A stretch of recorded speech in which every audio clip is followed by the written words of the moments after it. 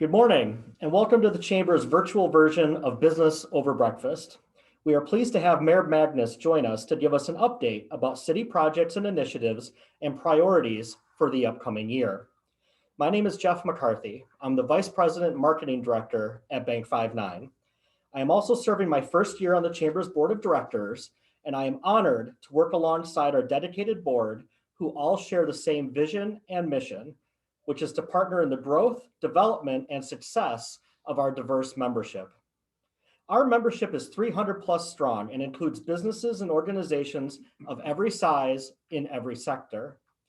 Through Chamber membership, small and large businesses, professionals, organizations, and individuals accomplish collectively more than any could do individually. The events surrounding the last several months have been unprecedented, and the Chamber understands the impact COVID-19 is having on local businesses like yours and the challenges we still face. Like many businesses, the Chamber has transitioned our work and adjusted services to support our members.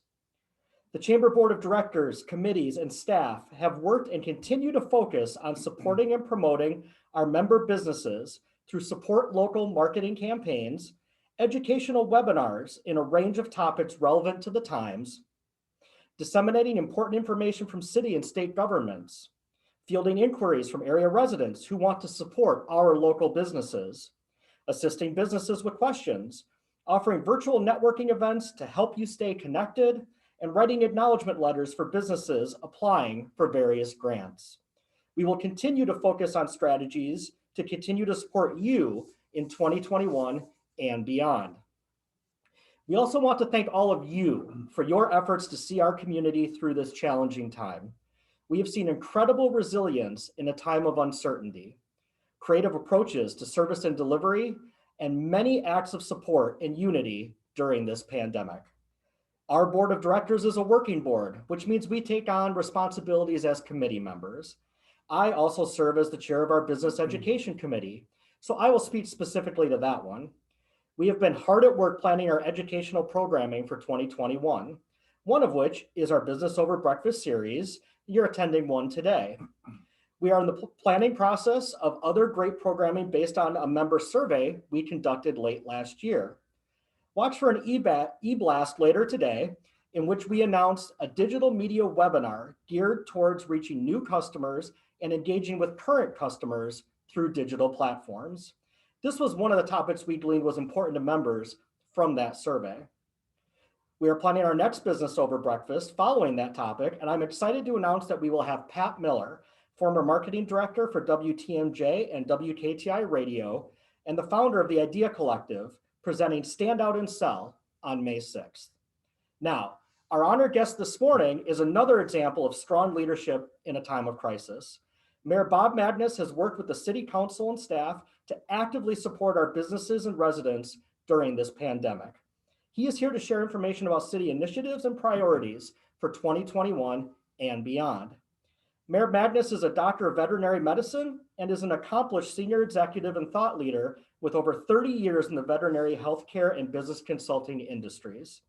He is the founder and past CEO of Wisconsin Equine Clinic and Hospital, which is a full-service, nationally renowned equine referral hospital and ambulatory practice established in 1992. In 2005, he founded Equine Business Management Strategies, LLC, which is an executive business education program for the equine veterinary industry.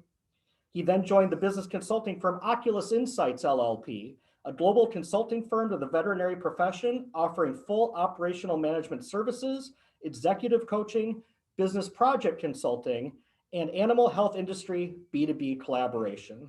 He was elected mayor of the City of Oconomowoc on April 7th, 2020. Please join me in welcoming Mayor Bob Magnus. Mayor, thank you for taking some time today to speak to our businesses. Thank you very much, Jeff, and it's very nice to meet you. Nice to meet you and as well. It's nice to be here with all the chamber members and those folks both here in the city and our greater community of Oconomowoc. I think we're going to get a little PowerPoint set up for you just momentarily and share with you some of the things that are happening in our city and where we're going in the future. And definitely leave some time, Jeff, for some Q&A at the end. That sounds great. Everything's free game. We'll If I don't have an answer, we'll do our best to try to find an answer for you. I want to make sure that this period of 45 minutes to an hour is productive for you and not a waste of your time, frankly. So are we ready? Great. So as you see on the screen, we have a few slides, not a lot, but just an overview and a virtual state of our city. We did this last year. It was my first time here at the Chamber, and this is our second review of what's going on in the city. So moving forward today, we're just going to talk briefly about what happened in 2020, what our focus is in 2021, and then again, answer questions at the end of the program. So 2020 in review. As we all know, our number one focus was COVID and safety. We're not going to go into a lot of details. I think many of us have COVID fatigue.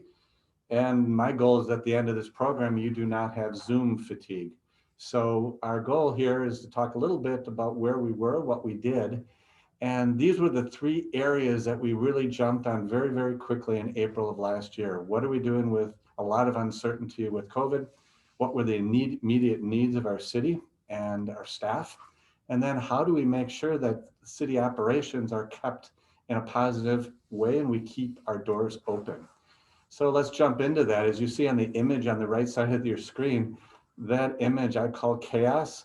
And that's exactly what the first probably 6 to 8 months of being your mayor meant to me. And our goal was to try to coordinate all the things that were happening and keep our doors open and keep our folks safe.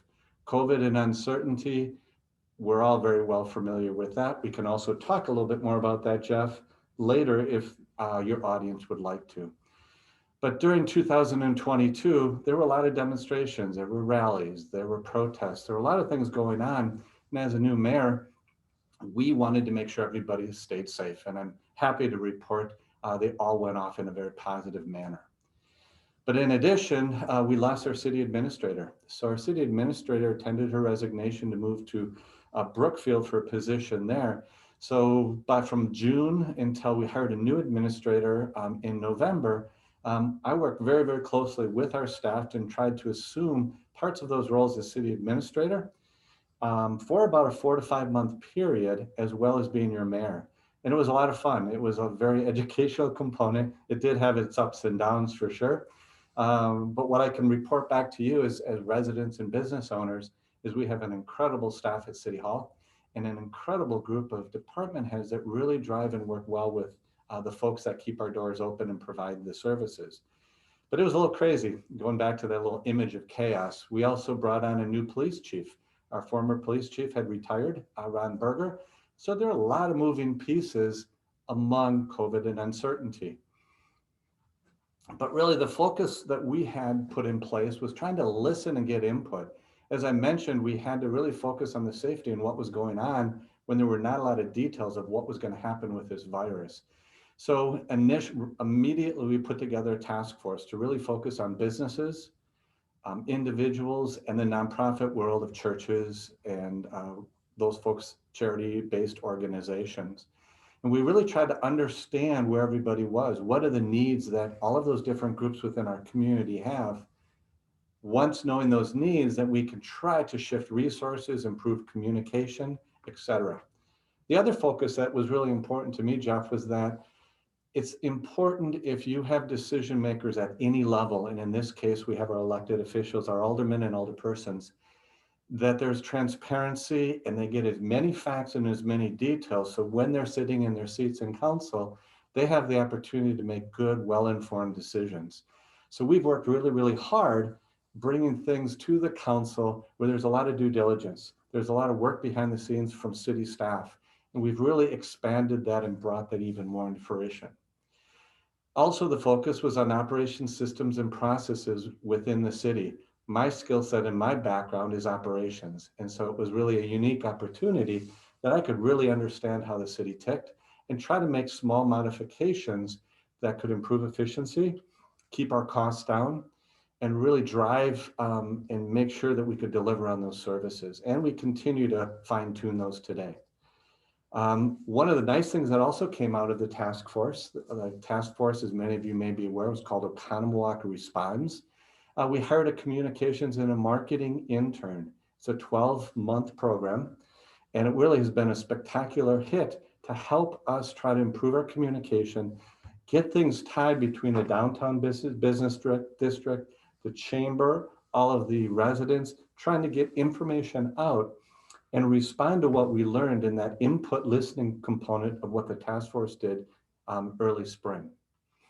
And of course, we looked at all of the different projects that were currently on the list. And we said, okay, what are the things, how do we prioritize what's going on in the city for the best interest of the city? So let's jump into a little bit more meat and potatoes. So many of you are, I'm sure, are aware that the way I campaigned in my vision, which has not changed since over a year ago, is I love the small town charm of Oconomowoc. How can we balance that with smart economic growth? Not just growing crazy, growing fast, but how do we build the tax base in a good way? How do we use what we already have and maximize that, but still not lose that small town charm? And that's really continues to be the focus. So number one for me, guys, in moving forward, and has always been, is fiscal responsibility. We can't spend more money than we have. It's actually just that simple. And there are a lot of people that talk about taxes and talk about agendas, but it's a double-ended sword, because we want the resources, we want the services, but we also want to keep our taxes low. And as long as I'm mayor, I will definitely do that. We want to continue to reach out and listen. And some of you may have seen some letters come to you as business owners. And I'm trying to reach out to find out what needs do you have. I'm doing the same with the residents in a fashion to say, if you want to be engaged, the City Hall is welcoming all of your input and ideas. I've talked to several CEOs of different companies here within our community, trying to see what are we missing? Where are the gaps? How can we continue to develop smart economic growth without the cost to the current community? Also on our big part on our radar is really supporting the healthcare system. And just to give a good shout out to the Western Lakes Fire Department, that's really working hard on the distribution of the vaccine program. We're not going to go into that today. Frankly, it changes daily. There's so many moving pieces to that, but I want to make sure that you, the community, are aware of the incredible work that Chief Bowen and his team have done, not just for the city of Oconomowoc, but for the surrounding areas as well. So here's a list that's coming on your screen of some of the projects and initiatives, not all of them, but we started initially, and the first number one project was to try to see if we could do something with Olympia. And so that Olympia Fields, as you've seen in the newspapers, and you've heard over the last several months, is in the queue to start moving forward in this calendar year. The community responded, just like the task force, Oconomowoc Responds, they responded by donating over $2 million, almost 1,000 individuals and groups donated to the community to create that small town charm, to continue to enhance the small town charm with a legacy type park. A huge shout out also to the Pat Hero family, who helped to initially start that. But really, when you saw the community initiative and the outpour and the passion for that, it's really been a nice uniting component within our community. I want to give you a heads up too. We're looking this year very aggressively at redoing the boat launch on Lac La Belle. It's tentatively scheduled for redo in 2022. That type of construction usually happens in the fall, not in the busy summer season, so don't worry. But those are some things, Jeff, that we're really trying to get these things into the queue, utilize the resources, and put the right priorities. Since day one, I've also aggressively looked at the East Wisconsin Avenue area. I'm talking east of City Hall, and trying to figure out how we can create some new opportunities there with the landowners. So that's continuing. As I mentioned before, we talked with several of the larger business owners and companies, and one of the things that they did share with me, and it was pretty consistent, is that some of the young professionals have a hard time finding housing that they can move here. And as they want to look at growth and expansion opportunities, they look at a lot of different demographics, a lot of different metrics to try to say, where should I have my corporate headquarters? Where should I expand? And so I'm working with Jason Gallo, our from planning and development here at the city, to try to look in creating with our asset schedule of the community housing, to try to see if there are areas to have nice quality, reasonable housing for people that want to move into our community. And again, there are tons of other business interests in the city and a lot of other things going down the pike. But while this is only one slide, there's a lot going on here. And very, very excited to move forward with that. So now something that's kind of new and we just are starting it is we're starting a little campaign to reach out. Again, I mentioned to you, we need to listen. We need to listen to our residents. We need to listen to our businesses and find out if there are ways in which we as a city can help facilitate improvements in different areas.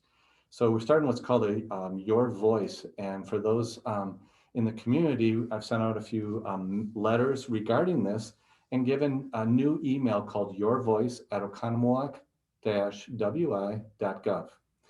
This goes directly to me. And this is a way that I can try to get feedback more efficiently through the numbers of emails that I get through my regular city email address. And from that, we've already had several responses, and I've responded to all of the people that have reached out. A few of my friends said, Bobby, you sure you know what you're getting into? But if you don't reach out, you don't ask, you don't know. And it's really trying to gather the facts of the needs, gather the facts. And right now, we don't know a lot of things. And sometimes we think we know, we feel as though we know more than we do. So write down that email. If you have questions, you want to talk, you want to connect, that's a great way to, again, open the communication moving forward. As you know, we've been promoting Shop Local for many, many months and really looking at not just the downtown area, which is incredibly vital to our city, but Whitman Park, Prairie Creek, Paps Farms, all of those components. This, for example, is one of the logos that was put together by our marketing communications intern. And trying to, again, reach out and just, some of it's just simply reminding people, how can we support it? And we all know that the more you invest in your local community and that money doesn't go out of your community, the more vibrant that community is. And that's what we're trying to promote.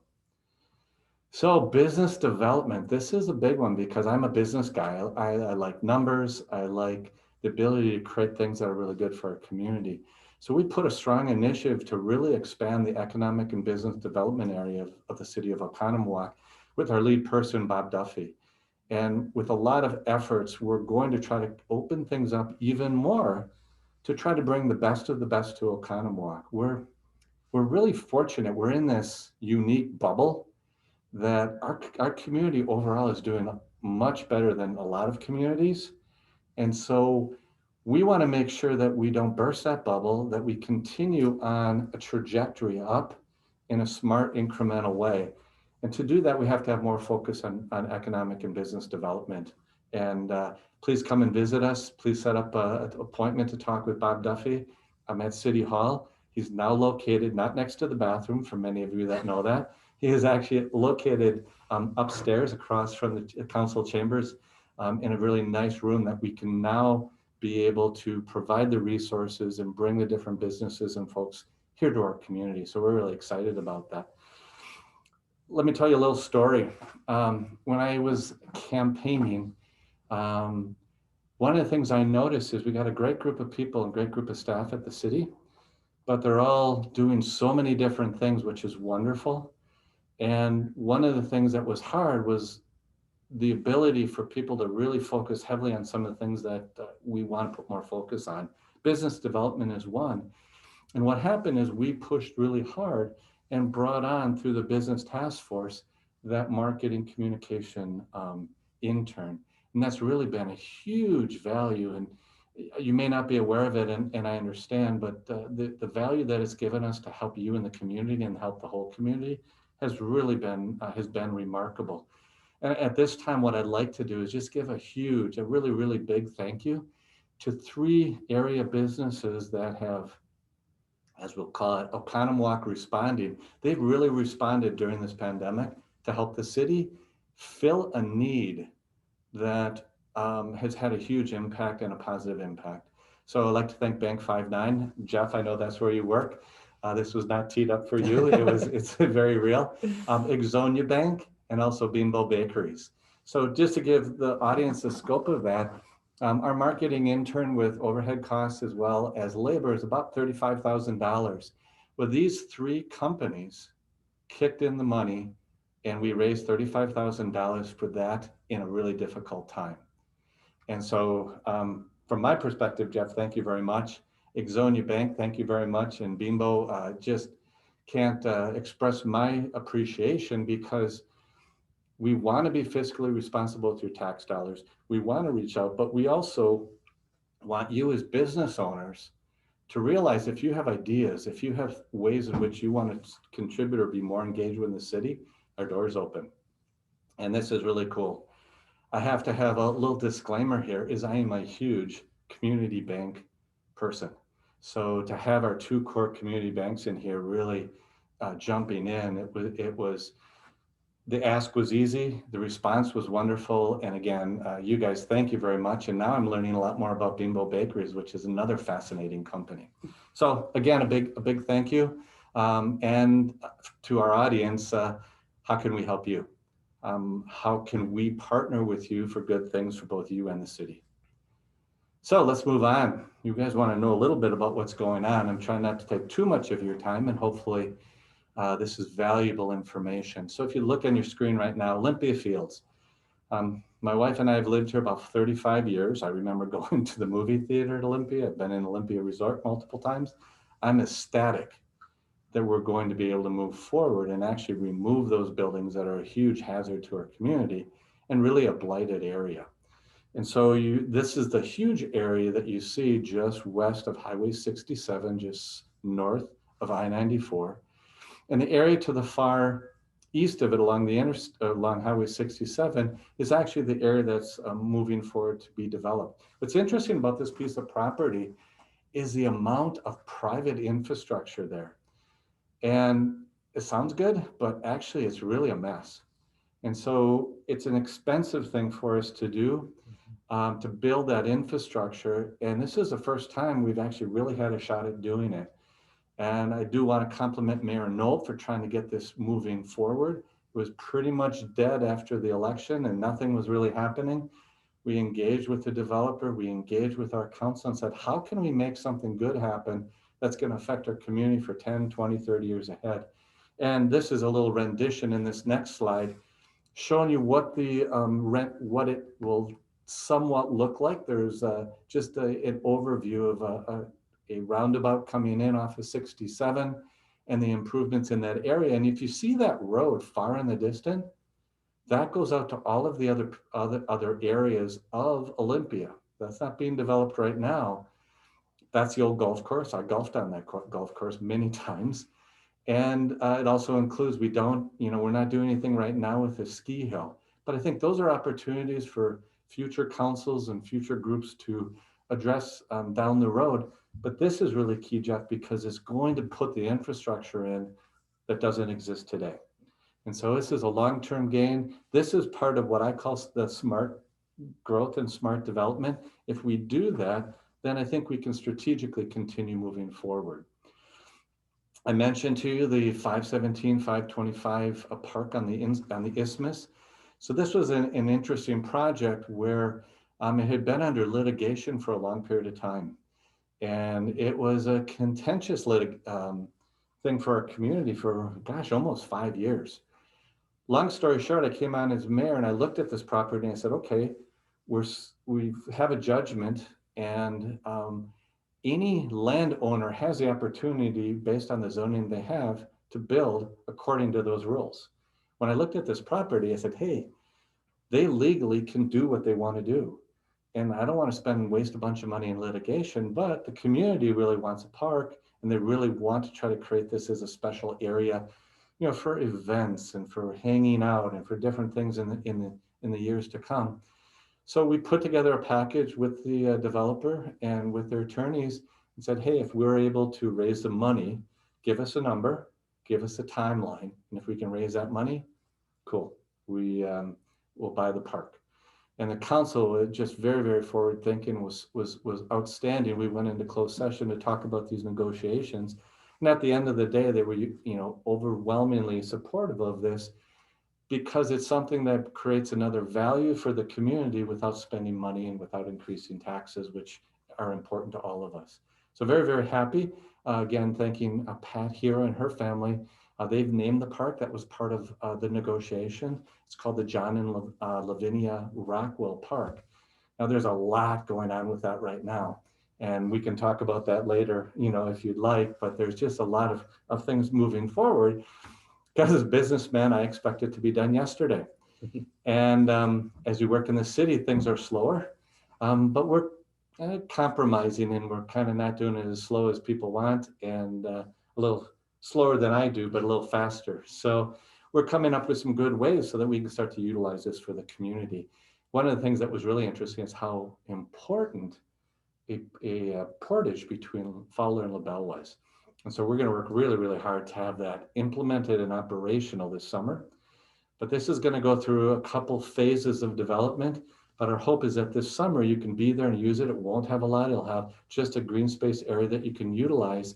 And then we're also looking at renovations and repairs to the dam, the Peacock Dam.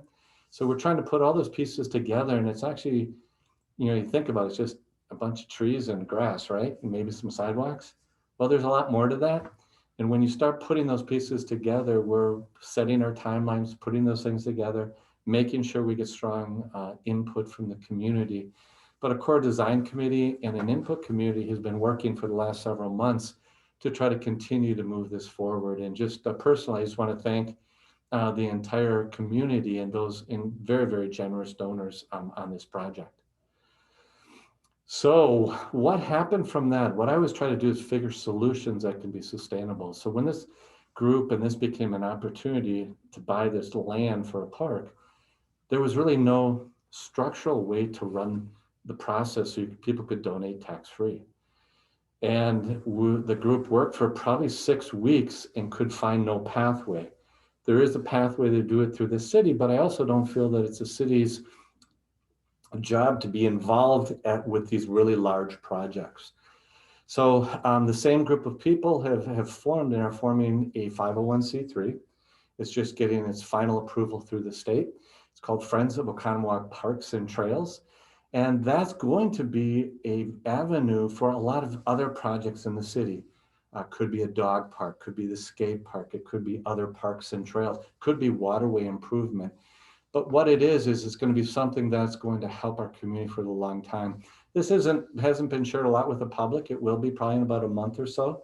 But they have been able to start accepting donations for building the park for those that may be interested. And they're getting all their infrastructure in with their board. But it's really nice because it's truly a partnership with our Park and Rec department, with board members on that from there as well. So a real positive direction and something sustainable for many things in the future. So as we do things, we want to look at how can we do them better, and that's the approach I was taking. Quick little heads up, the Blue Ribbon Baseball is moving forward. They have reduced the size of their training facility, but the baseball park itself hasn't changed.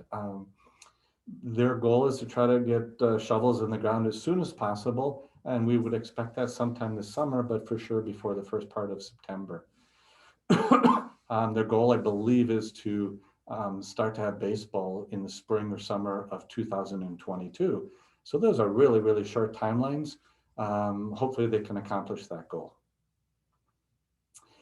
Moving on, here are a few more initiatives just to share out. And I kind of laughed this morning. I opened up the Oconomowoc Enterprise, and on the front page was the sale of Lakers. So we've known that for a while. And I gave this presentation to your executive director here, Sherry, yesterday.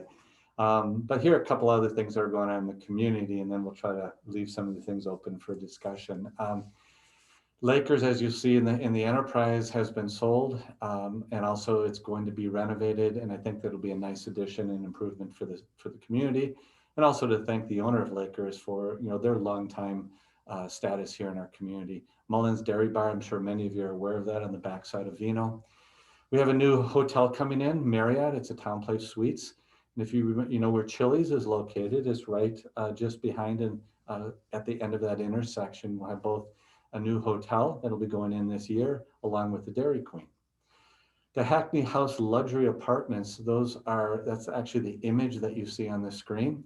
Those are located alongside or very close to the Summit Elementary School. And they're a higher end quality luxury apartment that they should be breaking ground soon. Just recently, we're moving forward on what's called the Morgan Station. That's single family housing, and that's going to be on the corner, on the far southwest corner of the city limits, city border, on the corner of Morgan Road and Valley Road. And so there's been a lot of work on that to try to have a nice development to continue in that open space. They're going to work this year on the completion of Thackeray Trail. So I know that's been a big issue over the years. And you're probably wondering why they're still closed off and still nothing's happening. They're fine tuning the final bids and the different details, but we expect as soon as the weather gets nice this spring that they'll start working on the east side of Thackeray Trail to renovate that area and then to complete the western portion that needs another layer of asphalt or of asphalt on the top. As we look at Olympia, that's kind of the big thing happening. They'll hopefully have the Olympia buildings demolition completed. And then hopefully still in this calendar year, start to take that area and putting in nice quality apartments. And that's through a group called the Vanguard Partners, who are the developers there. So there are a lot of other developments. There are a lot of other things going on in the city. These are just a few to highlight, for your group, Jeff. So I've kind of blasted through a lot of ideas, lots of comments. It truly, if you want to know more, give me a call. We can sit down, have coffee, come into City Hall, talk with our executive or our economic and business developer, Bob Duffy. We're happy to share what's going on, where things are going, and also get your input. We all take development, we all take business challenges from different perspectives. And what we want to do is just bring up and elevate what's going on and how can we be of help to you as a city. Because the city, we can do more. And that's my goal. So I'm going to give it back to you if you have some questions, Jeff. And Of course. Thank you, Mayor. That was a very comprehensive overview. I am sure everybody found that very fascinating. We had some registrants ask some questions when they signed up. And I know the Business Education Committee had some questions as well. So I think we'll start at a really high level and then we'll get kind of more granular from there. And the first one really is just, what is your vision for Oconomowoc for 2021 and beyond? Really simple. Keep our small town charm and strong and really smart business development. And it's one of those things that I view Oconomowoc and how we do operations no different than any other business. And you go through different business cycles, like you're all aware, it goes up and down and up and down. And what my goal when I'm in this position is to help the city continue to have a nice trajectory forward and up.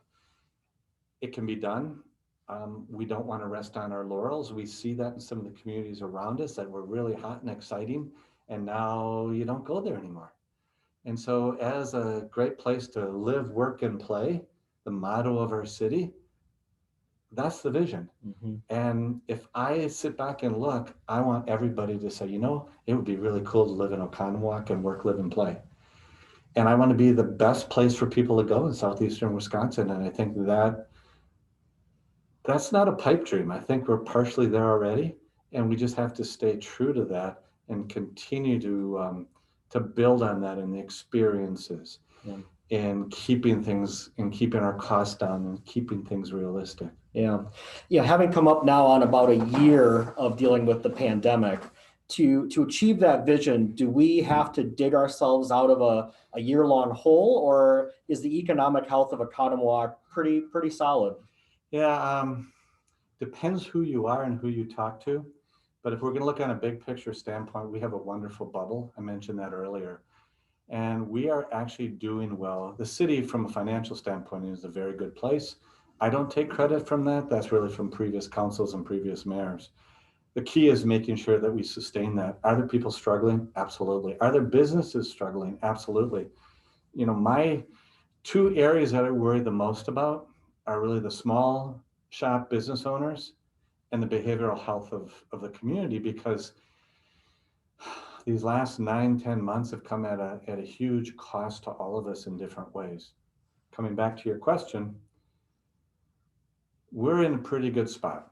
And I think we're much further ahead than many communities around us.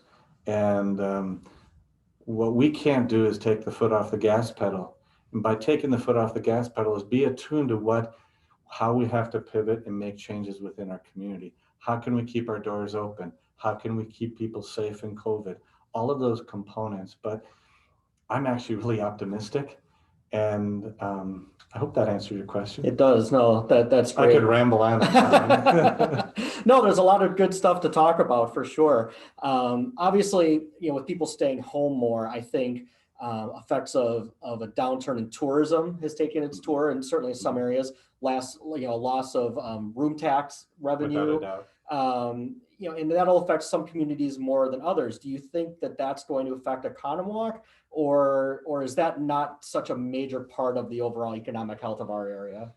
It's definitely a component, and they're definitely getting hit hard. There's no question. And also, that room tax actually helps to fund our tourism group. Yep. And what we did, so the community is available, is we reallocated how we fund that, the tourism board, how we fund that in the 2021 budget. We changed it to make sure that the resources are there, that we don't slide down.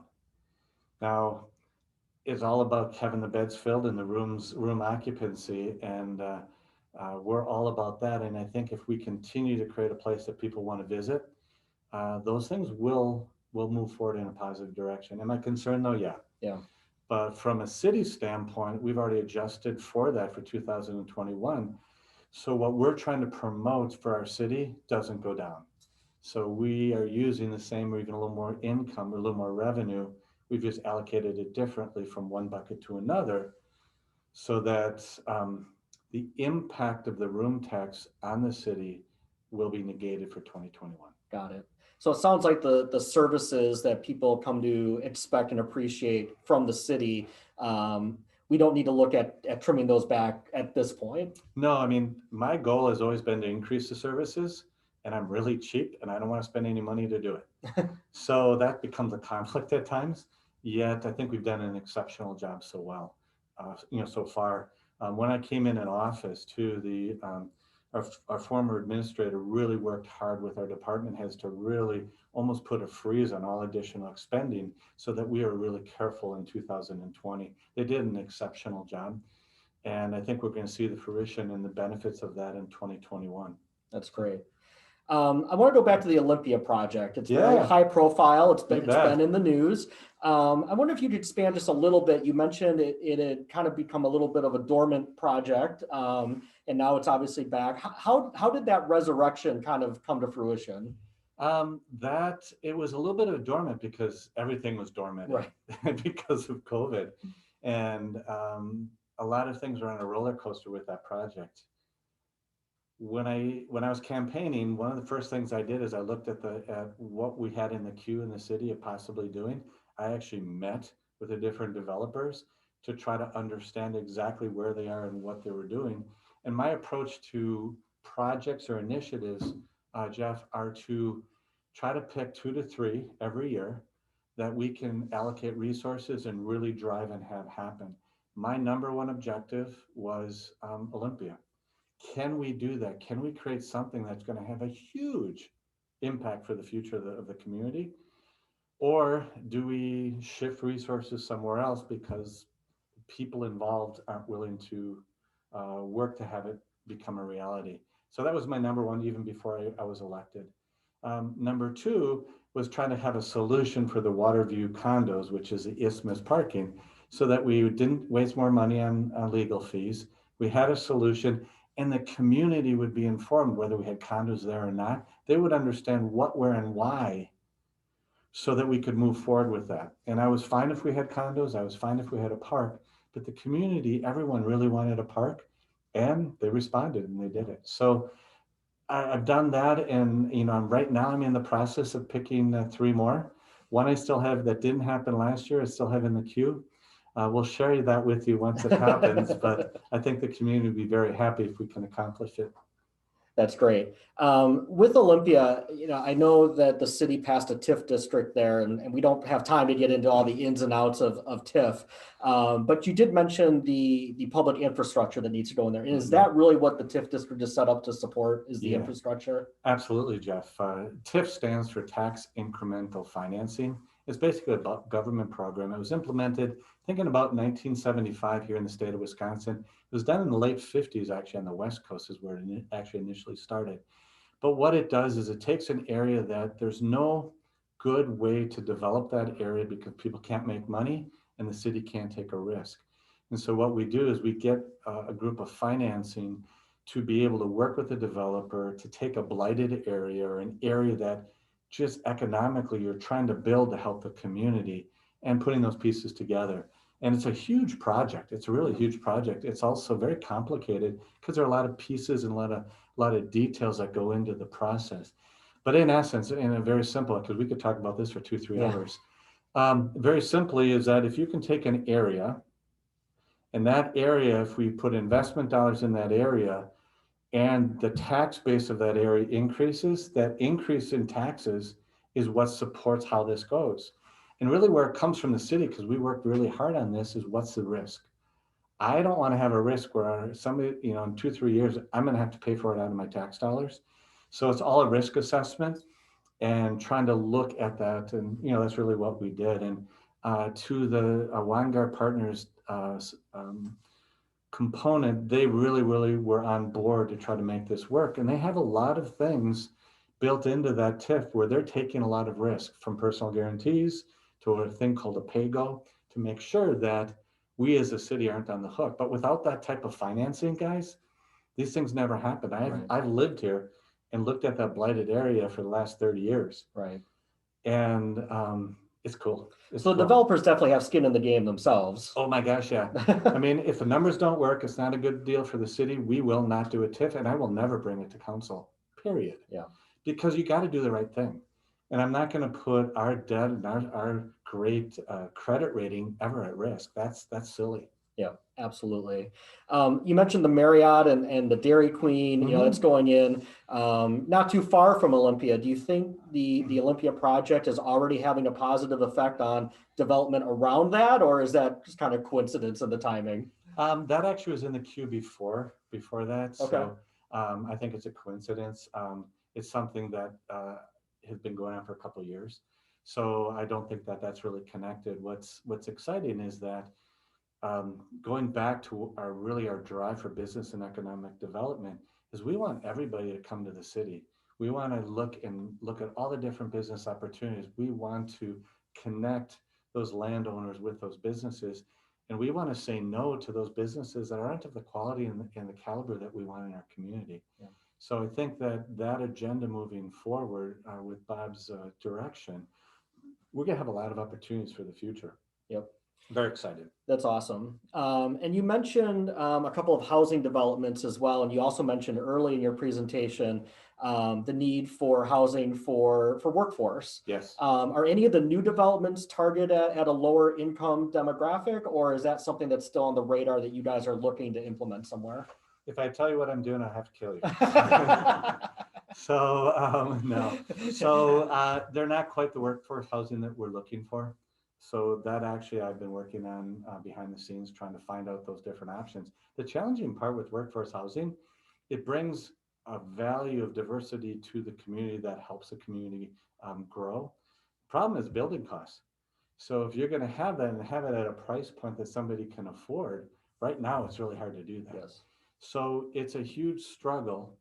But I've met with several landowners. I've shared the vision of what we're trying to accomplish. I've met with some folks that have that part in what they do for a living, and stay tuned. Sounds good. So, in just for the audience, workforce housing doesn't mean we'll have the projects in downtown Chicago. I mean, come on, guys. It's really about a place that a young professional, a young worker, a young family can come and start their life. And it's usually a transitional as they become more successful and they can move into other housing, different components. It doesn't have to look like a bad area. Right. And it's so funny, everybody just cringes when you say affordable housing and workforce housing. Workforce housing is actually from I learned is actually a term used in the Soviet Union. Hmm. And I'm going, oh my gosh, I can imagine how political that would be. And I'm not a political person at all.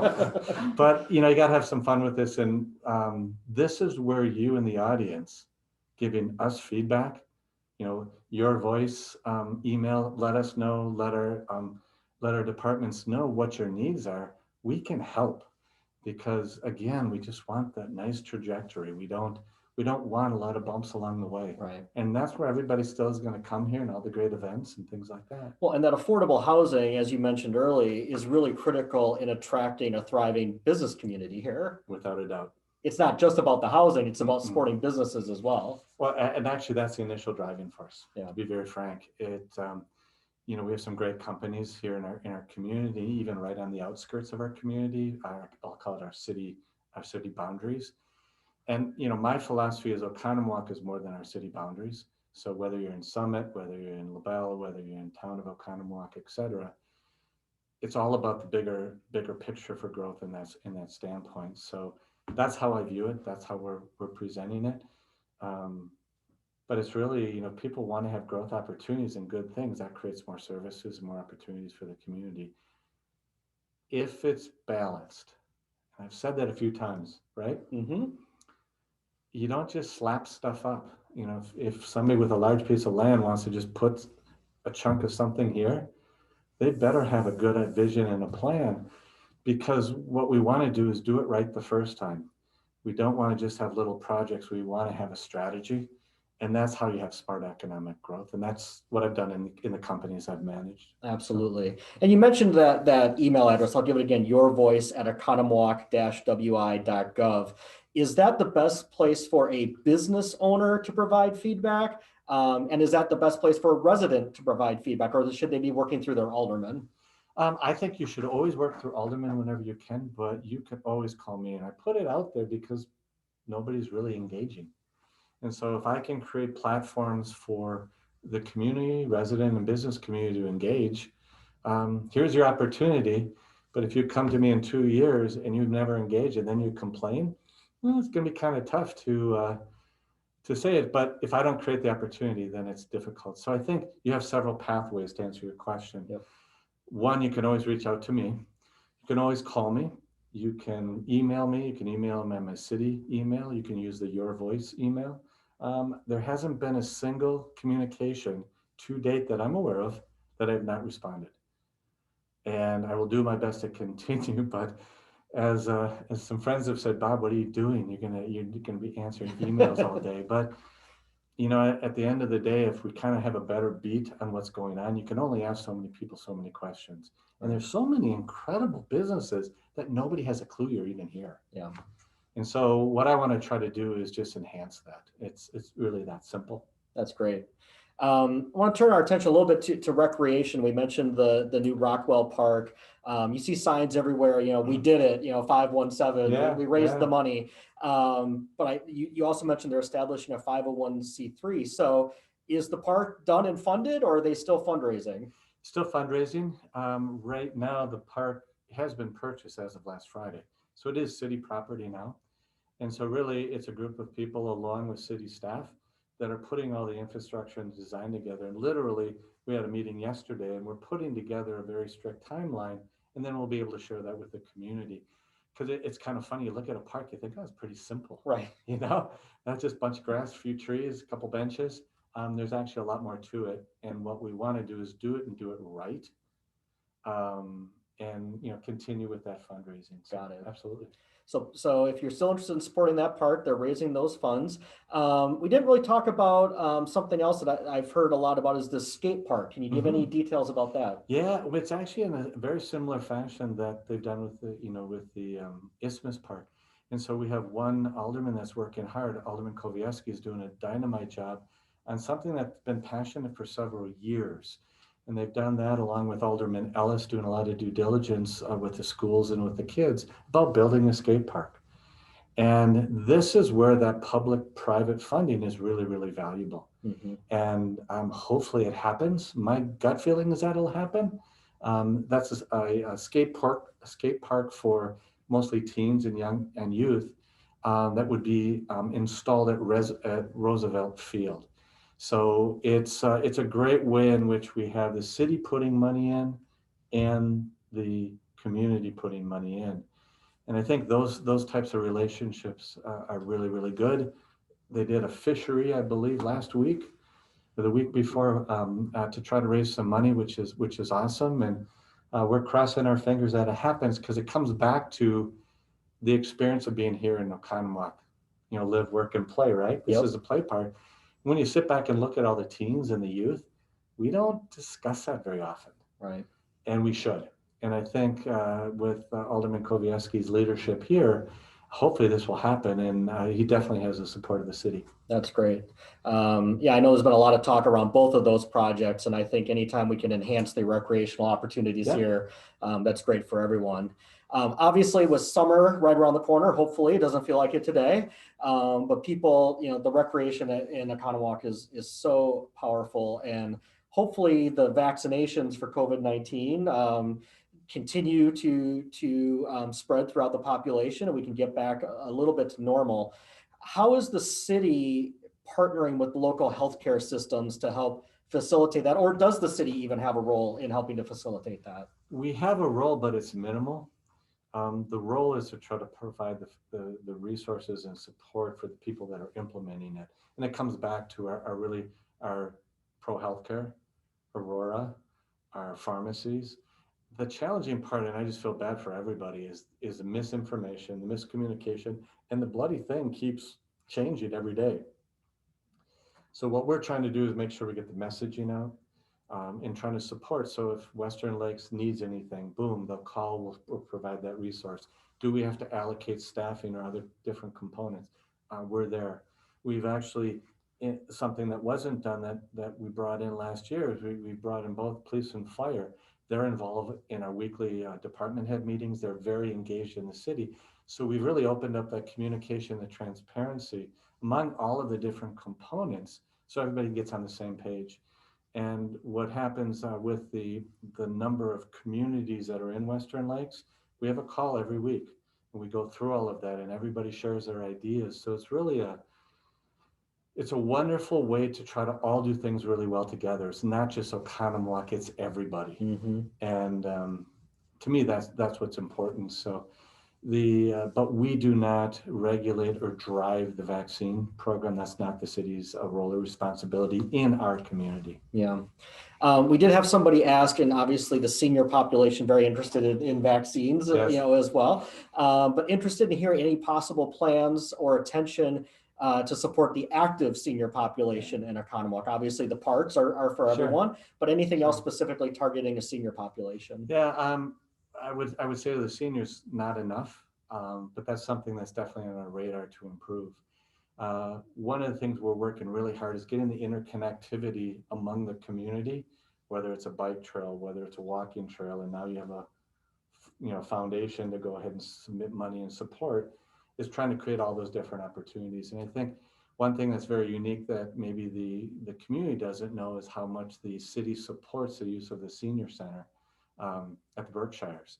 And so that's, it's had a long history. I think that's an area and that's a population of people we can do a better job at. There's no question. And it's definitely something that's a priority. I Right. wish I could give you more decisive action items that we can implement now, but I can't. Sure. And so that's something we're going to continue to push forward to try to do, because it's a big part of our population and it's the right thing to do. Absolutely. So, And then the last question, very, very specific, and I'm sure these registrants probably live on these two streets. When will the Thackeray Trail extension open, and is Oakwood Avenue on the list of streets to be rehabilitated? well, I have to claim that I did get the question about Oakwood because I would have had to look that up. But right now, it could potentially be done in 2023, but probably in 2024. What is important for the community to know, because I think the question I get the most is, when are you going to fix my potholes? And that wasn't really on my radar as something to do as mayor, but I get a lot of questions. And the way the system within the city works is that all of these roads are rated. And you have to go through the rating system and develop a plan for repairing and replacing those roads.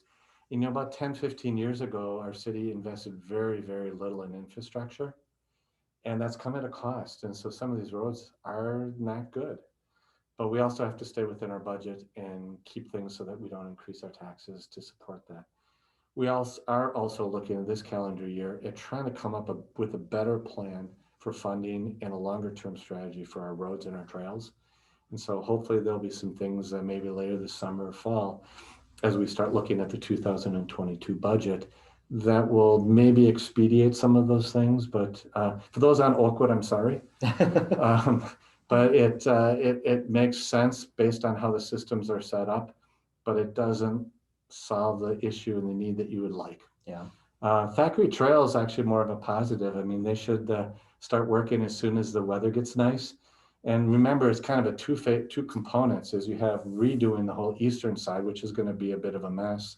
And then the western side, the part that's blocked off and, you know, to the north is St. Jerome's. That area is going to be fairly simple because it's just basically put another layer on. If all goes well, by the time the weather gets well and it gets nice, I'm thinking April, but it depends on weather. They'll start working on that project. They'll keep the residents very well informed on timelines as well. Before the snow flies next year, it should be done. And I spoke with our public service, public works director and department head yesterday, and they have a really tight timeline to try to finish it sooner than before the snow flies. But I want to manage expectations and not say we're going to get it done by this date, but it will be done this calendar year. I'm confident of that. And frankly, the sooner the better. Well, Mayor, congratulations on your first year. It sounds like it's been a challenging year, but a rewarding year as well. And hopefully next year when we sit down, we have more good news to talk about. So thank you for joining us this morning. Well, thank you for having me. And if there's anything we can do as the city, please reach out to us. We're here, and that's part of our job. We're here to serve you. We're here to create really cool things. And you definitely have our attention if you're willing to engage. Sounds great. Thank you. And before we go, just a couple of quick announcements from the chamber. For those 35 and under, the Young Professionals Coffee and Conversation is tomorrow. It's a free virtual networking opportunity, but you must register to receive the Zoom link. So be sure to do that. On February 18th, we're going to host the digital workshop to help you learn new digital techniques and best practices to set your business apart online. This workshop is in partnership with Digital Media Labs. And as I mentioned earlier, we want you to save the date for our next Business Over Breakfast with Pat Miller, former marketing director for WTMJ and WKTI Radio, and the founder of the Idea Collective, as he presents Stand Out and Sell on May 6th.